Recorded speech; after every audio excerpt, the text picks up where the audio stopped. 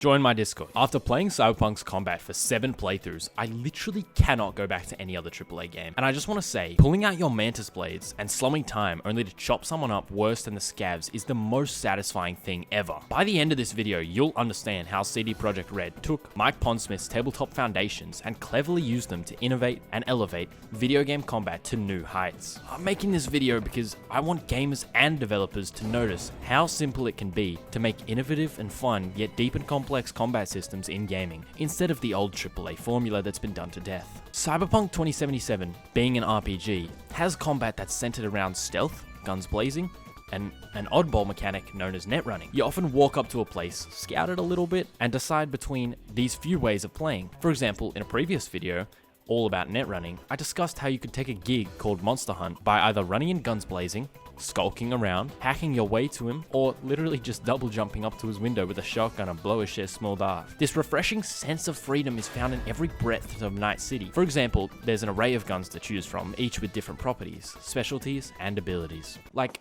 power guns that shoot through walls, or ricochet weapons that let you bend the bullet. And that's not even mentioning the iconic weaponry. It felt like CDPR designed the game, the skill tree, post and pre-revamp, around leaning into V's special ability of having pretty much no limit to cyberware, to create a sense of freedom that I'd say is one step away from being an immersive sim, which is one of the best genres of gaming, period.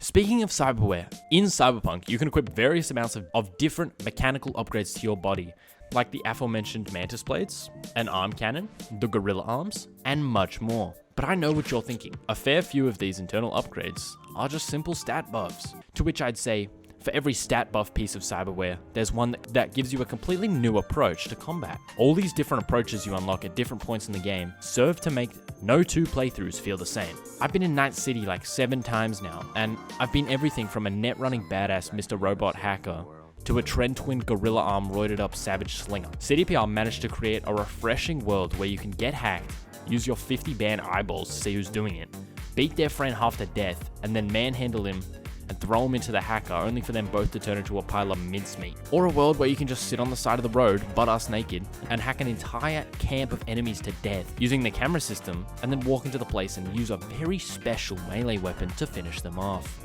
Up until this point, I've been quite vague when I say AAA combat, and that's because I know that specific games appear in your head when I say AAA combat. The press X to assassinate, stealth in stupidly small hedges, and hide behind cover and shoot with the simplest, most boring guns known to man, that we have all experienced in one game or another. Cyberpunk is not a 10 out of 10, not even a 9 in my opinion.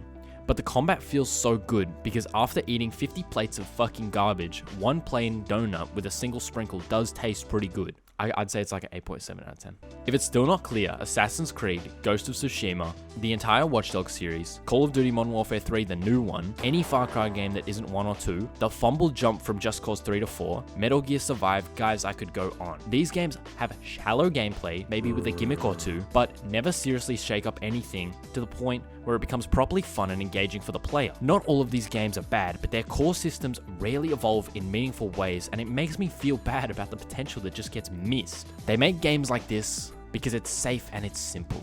Why would we take that risk and potentially lose profits? Is what they're thinking when they fail to realize that it's those exact risks that get such large profit margins as seen in Cyberpunk. You can sit in a comfortable formula for a decade or so, but the people will catch on, and you'll lose the competitive edge and begin to decline as a company. Cyberpunk took a serious risk by trying to make a good game, but they pulled a No Man's Sky after the release fiasco and brought their vision back to life, and now Cyberpunk 2077, defibrillated by the anime, is a cultural gaming touchstone and a testament to what AAA games could be. CDPR deserves commendation for how they took what could have been a very simple shooter with a half-baked melee combat system and turned it into a near immersive sim level experience that holds a candle to the fun/creativity present in games from the early 2000s and 2010s. For me, Dishonored comes to mind when I say that. Cyberpunk proves AAA games can be innovative. The problem is that most of them just choose not to be. And if you want to watch me try and change that, then subscribe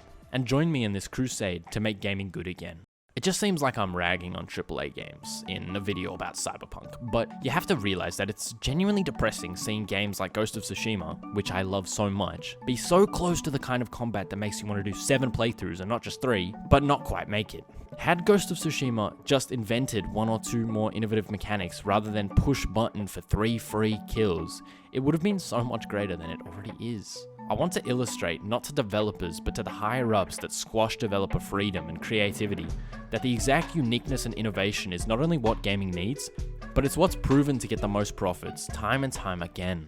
Cyberpunk's amazing combat that places a serious emphasis on freedom not only aided in CDPR's insane profit margins on the game, but also served as a genuine blueprint that developers could follow in order to make a game that doesn't self-cannibalize its own potential in order to be safe and profitable. When you innovate like Fortnite pioneering the Battle Pass, the competition will steal it. But like the Battle Pass, the most successful copies were the ones that devoured that new innovative idea and added to it, changed it to suit themselves and the players. I know that AAA developers have the potential to make Cyberpunk level threats every single year, and I know they want to, so I want us to join together on this channel and take this discussion to the higher-ups, one video at a time, because I care about gaming, and because gaming as art matters more than we think. Just to clear up a few things, I am not attacking the people who like these games, or the developers who want to make innovative combat systems in games. When you get down to it, this video is just me complaining about the potential that was realized in Cyberpunk getting squandered in other games for profits. And that's all I really wanted to say. As always, thanks for watching my video, and if you want to see me dissect how netrunning is literally the coolest system in Cyberpunk, then click here. Freedom not only aided in